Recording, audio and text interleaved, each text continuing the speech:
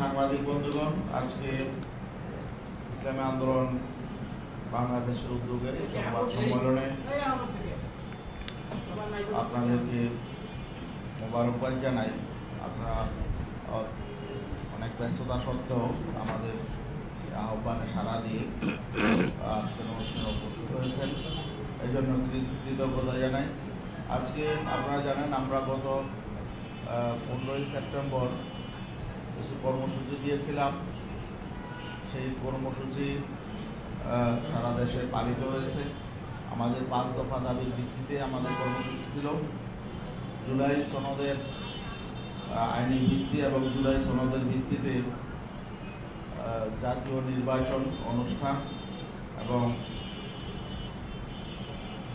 গণহত্যাকারীদের বিচার এবং নির্বাচনের লেভেল প্লেইং ফিল্ড নিশ্চিত করা সহ আমাদের 5 দফা দাবি ছিল। গত 26শে সেপ্টেম্বর আমাদের বিগত দিনের কর্মসূচি সমাপ্ত ছিল। এখন যেহেতু আমাদের হিন্দু সম্প্রদায়ের পূজা চলছে, এই জন্য আমাদের কর্মসূচি, মাঠের কর্মসূচি সাময়িকভাবে আমরা দিই নাই। আমরা নতুন করে আজকে আমাদের 5 দফা দাবি আদায়ের লক্ষ্যে আমরা কর্মসূচি ঘোষণা করব। সেই উপলক্ষে আজকের এই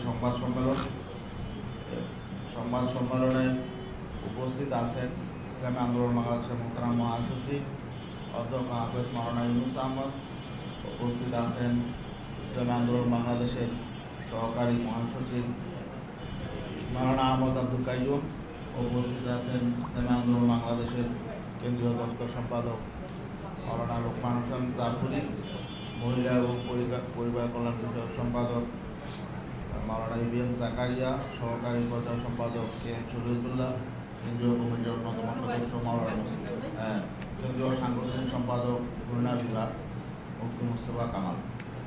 এই পর্যায়ে আজকের এই সংবাদ সম্মেলনে লিখিত বক্তব্য পাঠ করছেন ইসলামী আন্দোলন বাংলাদেশের মোহতারাম মহাসচিব অধ্যক্ষ হাফেজ মাওলানা ইউনুস আহমদ।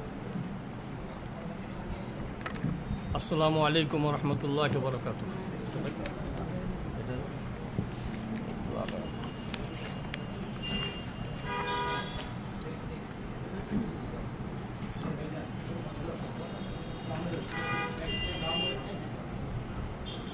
আসসালামু আলাইকুম ওয়া রাহমাতুল্লাহি ওয়া বারাকাতুহু। নাহমাদুহু ওয়া নুসাল্লি আলা রাসূলিহিল কারীম, আম্মা বা'দ। প্রিয় সাংবাদিক বন্ধুগণ, ঘটনার পরম্পরা আপনারা জানেন।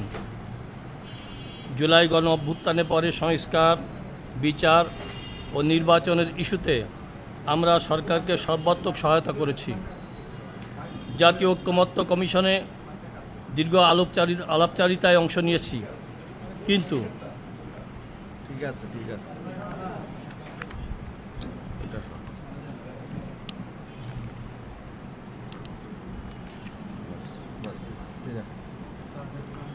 জাতীয় ঐক্যমত্য কমিশনে দীর্ঘ আলাপচারিতায় আমরা অংশ নিয়েছি, কিন্তু দুঃখজনক বাস্তবতা হলো জুলাই গণ অভ্যুত্থানের প্রধান চাওয়া স্বৈরতন্ত্রের স্থায়ী বিলোপ পূরণে কার্যকর কোনো ব্যবস্থা নিশ্চিত করা যায় নাই। জুলাই সনদে গুরুত্বপূর্ণ বিষয়ে ঐক্যমত্য হয় নাই। যেসব বিষয়ে ঐক্যমত্য হয়েছে সেগুলোর আইন ভিত্তি নিয়ে টানাপোড়েন এখনও শেষ হয় নাই। ফ্যাসিবাদের সাথে জড়িতদের বিচারে ধীরগতি ও স্বল্প মাত্রা হতাশা তৈরি করেছে। দুই দিন আগের খবরে জানা গেল, পুলিশের হিসাব মতেই ফ্যাসিবাদের সাথে জড়িত আটক হওয়া ব্যক্তিদের 73% জামিন পেয়ে যাচ্ছে। ফ্যাসিবাদের দোসরা মহাসমারোহে নির্বাচন করার ঘোষণা দিচ্ছে। লেভেল প্লেইং ফিল্ড তৈরির কোনো প্রচেষ্টাই দৃশ্যমান হয় নাই, বরং সরকার শীর্ষস্থান থেকে নির্বাচনের আগেই ফলাফল নিয়ে বার্তা দেওয়ার এক ধরনের নগ্ন প্রচেষ্টা দেখা গেল জাতিসংঘের বৈঠক যাত্রায়। এমন বাস্তবতায় আজকের এই সংবাদ সম্মেলন অনুষ্ঠিত হচ্ছে। আপনারা যারা এসেছেন তাদের সকলকে কৃতজ্ঞতা জানাচ্ছি। জুলাই অভ্যুত্থানে আহত ও শাহাদাত বরণকারীদের প্রতি শ্রদ্ধা সম্মান জানাচ্ছি। প্রিয় সাংবাদিক বন্ধুগণ, রাজনীতির ঈশানকোণে জমাট বাঁধা কালো মেঘের ঘটনায় আমরা একগুচ্ছ রাজনৈতিক সংগঠন নানা আলাপ আলোচনা করে গত 15ই সেপ্টেম্বর একযোগে সাংবাদিক সম্মেলন করে 5 দফা দাবিকে সামনে রেখে কর্মসূচি ঘোষণা করেছিলাম। দাবিসমূহ ছিল: জুলাই সনদের ভিত্তিতে আগামী জাতীয় সংসদ নির্বাচন করতে হবে, নির্বাচন পিআর পদ্ধতিতে হতে হবে, সুষ্ঠু নির্বাচনের জন্য লেভেল প্লেইং ফিল্ড নিশ্চিত করতে হবে, গণহত্যার বিচার দৃশ্যমান হতে হবে, বিশেষ ট্রাইব্যুনালে ভারতীয় তাবেদার ও ফ্যাসিবাদদের দোসর জাতীয় পার্টি এবং 14 দলের বিচার করতে হবে এবং বিচার চলাকালীন তাদের কার্যক্রম নিষিদ্ধ করতে হবে। এসব দাবি আদায় যুগপৎ আন্দোলনের প্রথম দফায় আমরা গত 18 সেপ্টেম্বর ঢাকায় সমাবেশ ও বিক্ষোভ মিছিল করেছি। 19 সেপ্টেম্বর বিভাগীয় শহরসমূহে বিক্ষোভ করে হয়েছে এবং গত 26 সেপ্টেম্বর সারা দেশে জেলা, উপজেলা ও থানা শহরে বিক্ষোভ মিছিল হয়েছে। ঢাকায় বিভিন্ন জোনভিত্তিক গণসমাবেশ অনুষ্ঠিত হয়েছে। আমরা প্রচারপত্র বিলি করা সহ মিডিয়াতে বিভিন্ন টকশোর মাধ্যমে আমাদের দাবি ও তার যৌক্তিকতা তুলে ধরেছি। আলহামদুলিল্লাহ। প্রিয় সাংবাদিক বন্ধুগণ, আমরা জনতার প্রতি কৃতজ্ঞ। কর্মসূচিতে তাদের অংশগ্রহণে আমরা আপ্লুত। আমরা দেশের মানুষ, সাংবাদিক সহ সকলের প্রতি কৃতজ্ঞতা প্রকাশ করছি, যারা আমাদের আন্দোলনে অংশগ্রহণ করেছেন এবং নানাভাবে সহায়তা করেছেন। কর্মসূচিতে মানুষের স্বতঃস্ফূর্ত সাড়া ও উৎসাহী অংশগ্রহণ আমাদেরকে আরও আত্মবিশ্বাসী করেছে। স্বৈরতন্ত্রের বিরুদ্ধে তাদের ক্ষোভ এবং সংস্কার বিচার নিয়ে তাদের হতাশা আমাদেরকে আরও দায়বদ্ধ করেছে। জুলাই গণঅভ্যুত্থানে অংশ নেওয়া আহত ও নিহতদের পরিবারের কান্না আমাদেরকে উদ্দীপ্ত করেছে। সেই দায়বোধ থেকেই 5 দফা দাবি আদায়ের আন্দোলনের দ্বিতীয় ধাপের কর্মসূচিতে যেতে বাধ্য হচ্ছি। প্রিয় সাংবাদিক বন্ধুগণ, আমরা সরকারের প্রতি হতাশা এবং ক্ষোভ প্রকাশ করছি। দেশের এতগুলো রাজনৈতিক সংগঠন ধারাবাহিক কর্মসূচি পালন করার পরেও সরকারের পক্ষ থেকে কোনো রকম ইতিবাচক সাড়া পাওয়া যাচ্ছে না। কেমন যেন স্বৈরতান্ত্রিক সরকারগুলোর মতো এ সরকারও জনতার দাবির প্রতি উদাসীনতা প্রদর্শন করছে। আমরা সরকারকে সতর্ক করে দিতে চাই, মনে করে দিতে চাই, এই সরকার একমাত্র জনতার রক্তমাখা জীবন উৎসর্গ করার অভিপ্রায় গঠিত। ফলে জনতার দাবির প্রতি ক্রমাগত উপেক্ষা এই সরকারের নৈতিক ও আইনগত বৈধতাকে নষ্ট করবে।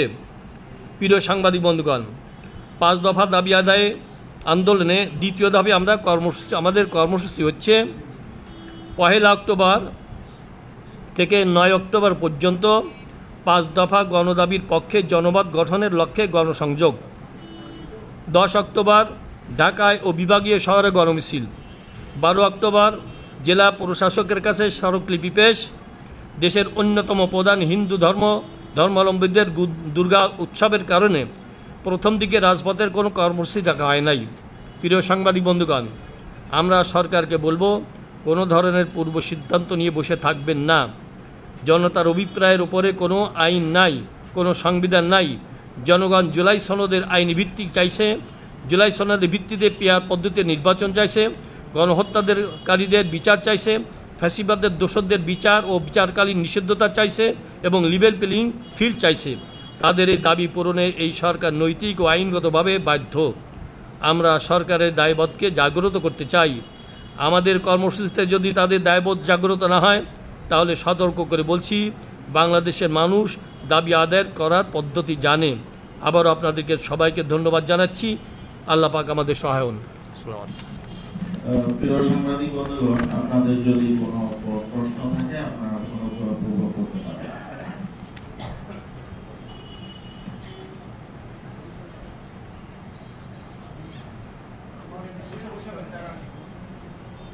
আপনাদের এই 5 দফা দাবি বাস্তবায়ন না হয়, তাহলে কি আপনারা নির্বাচনে অংশ নেবেন? একটা প্রশ্ন।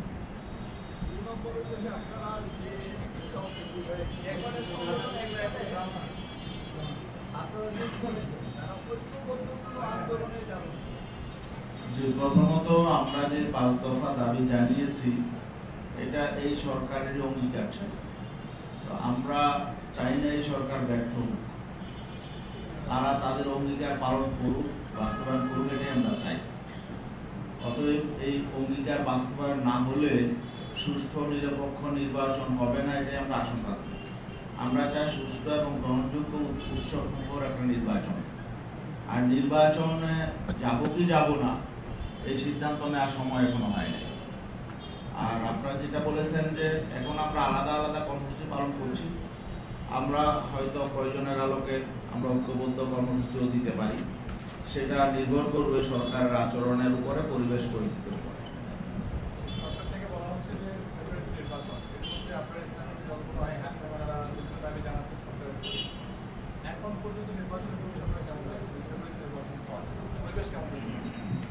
নির্বাচনের জন্য যে পরিবেশ দরকার সেটা এখনো নাই, এই জন্যই তো আমরা লেভেল প্লেইং ফিল্ড চাচ্ছি।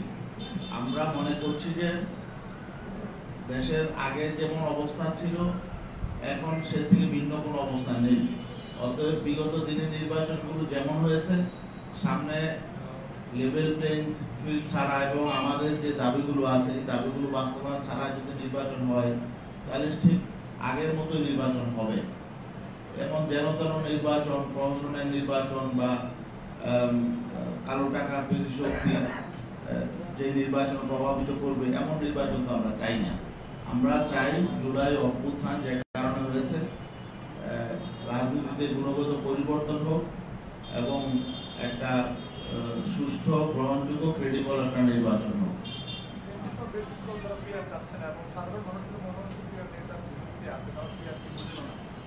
আপনারা সহ বেশ কয়েকটি রাজনৈতিক দল পিয়ারের পক্ষে বরাবরই অবগত আছেন, এই জন্য যারা সাধারণ মানুষ রয়েছেন তারা পিয়ার বুঝে কি বুঝেন, আপনার বলতে তাদেরকে জানতে চেয়েছেন। না, পিয়ারের বিষয় নিয়ে আপনারা দেখেছেন কয়েকটা সংস্থা জনমত জরিপ করেছে। এখানে তো একটা জরিপে আমরা দেখেছি 71% মানুষ পিয়ার চায়, আর একটা জরিপ তারপরে আবার হয়েছে, সেখানে বলেছে যে 55 বা 56% মানুষ পিয়ার চায় না। তাহলে এই জরিপে কিন্তু আমরা দেখতে পাচ্ছি যে প্রায় 45% মানুষ পিয়ার চায়। তো দুইটা জরিপ যদি আপনারা দেখেন তাহলে আমরা মনে করতে পারি যে প্রায় 50%-এর বেশি মানুষ পিয়ার চায়, আর অধিকাংশ রাজনৈতিক দল চায়। অতএব মানুষ পিয়ার বুঝে না, বিষয়টা এমন না। আর পিয়ার তো কোনো যন্ত্রের, মেশিনের নাম না, ইভিএমের মতো। পিয়ার একটা পদ্ধতি, নির্বাচন মানে প্রপোর্শনাল রিপ্রেজেন্টেশন, সংখ্যানুপাতিক পদ্ধতি। ভোট তো মানুষ যেভাবে দিচ্ছে ব্যালটে প্রতীকে সেভাবেই দিবে। এটা নতুন করে তো বোঝার কোনো বিষয় না যে এটা নতুন করে মেশিন সম্পর্কে অভিজ্ঞতা অর্জন করতে হবে তারপরে মানুষ ভোট দিবে, তা না। ভোট মানুষ আগে যেভাবে দিত ব্যালটে প্রতীকে সেভাবেই দিবে, কিন্তু সেই ভোট যেটা কাউন্ট হবে সেটা রেশিওতে পার্লামেন্টে দলগুলো প্রতিনিধি পাঠাবে। এই তো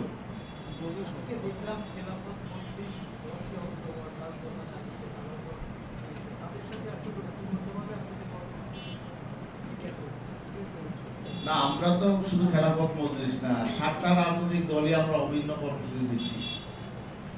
15ই সেপ্টেম্বর যেমন আমরা 7টা দল অভিন্ন কর্মসূচিতে মাঠে নেমেছিলাম, এবারও আমরা দ্বিতীয় ধাপেও আমরা 7টা দল কর্মসূচিতে মাঠে নামছি।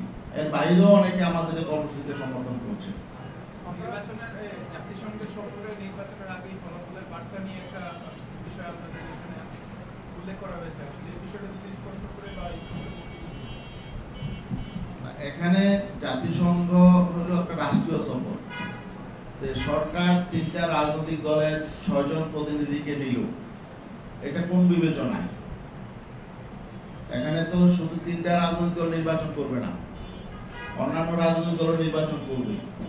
অতএব সরকার নিজের থেকেই 3টা রাজনৈতিক দলকে প্রায়োরিটি দিয়েছে। এটার বার্তা তো জনগণের মধ্যে, প্রশাসনের সব জায়গায় চলে গেছে। আমরা এই বিষয়টাই উল্লেখ করেছি। সরকারের উচিত না এমন কোনো কাজ করা যে কোনো রাজনৈতিক দলকে সেখানে প্রায়োরিটি দেওয়া অথবা কোনো রাজনৈতিক দলের পক্ষে অবস্থান করা, এটা তো ঠিক না। এই জন্য আমরা বলেছি যে সরকারের নিরপেক্ষতা ক্ষুণ্ণ হয়েছে এবং তারা আসলে বৈষম্য করেছে। জাতিসংঘের অধিবেশনের 3টি রাজনৈতিক দল শুধু নিয়েছে কেন, কোন বিবেচনায়, এই ব্যাখ্যাও কিন্তু তারা দেয় নাই। তো এই জন্যই আমরা মনে করছি যে তারা এখানে পক্ষপাতহীন করেছে, বৈষম্য করেছে এবং নির্বাচনে এটার অবশ্যই একটা প্রভাব আমরা মনে করি পড়বে। আমরা আরেকটা বিষয় বলতে চাই, জামাতে ইসলাম সহ অন্যান্য ইসলামিক দলগুলির সাথে আপনারা জোট করেছেন। এই জোটটা নির্বাচনের আগে এবং নির্বাচনের পরে সম্পর্কটা কি অটুট থাকবে কিভাবে, এবং থাকলে এটা অনেকে সন্দেহ করে, আপনাদেরকে নিয়ে কিছুটা সন্দেহ করে, জামাত ইসলামের সাথে আপনাদের সম্পর্কটা আসলে অটুট থাকবে কি? এখানে একটা বিষয় আমরা পরিষ্কার করি, আমরা কারোর সঙ্গে জোট করি না। আমরা কিছু অভিন্ন দাবি নিয়ে এখন কর্মসূচিতে আছি। এই দাবিগুলো জনগণের দাবি।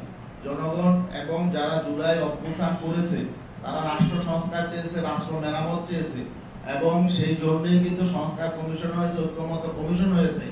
এখন যদি জুলাই সনদ বাস্তবায়ন না হয় তাহলে তো আসলে আমাদের জুলাই বিপ্লবটাই আসলে ব্যর্থ হবে। আমরা ব্যর্থ হতে দিতে চাই না। আর আপনি যে বলেছেন জামাতে ইসলামের সাথে আমাদের জোট হয় নাই, আমরা কিছু ইস্যু নিয়ে এখন আন্দোলন করছি, এবং আগামী জাতীয় সংসদ নির্বাচনে জনগণ চায় হলো দেশপ্রেমিক এবং ইসলামপন্থী শক্তি তারা ঐক্যবদ্ধ থাকুক। সে আলোকে হয়তো আমাদের নির্বাচনে একটা সমঝোতা হতে পারে। ধন্যবাদ সবাইকে।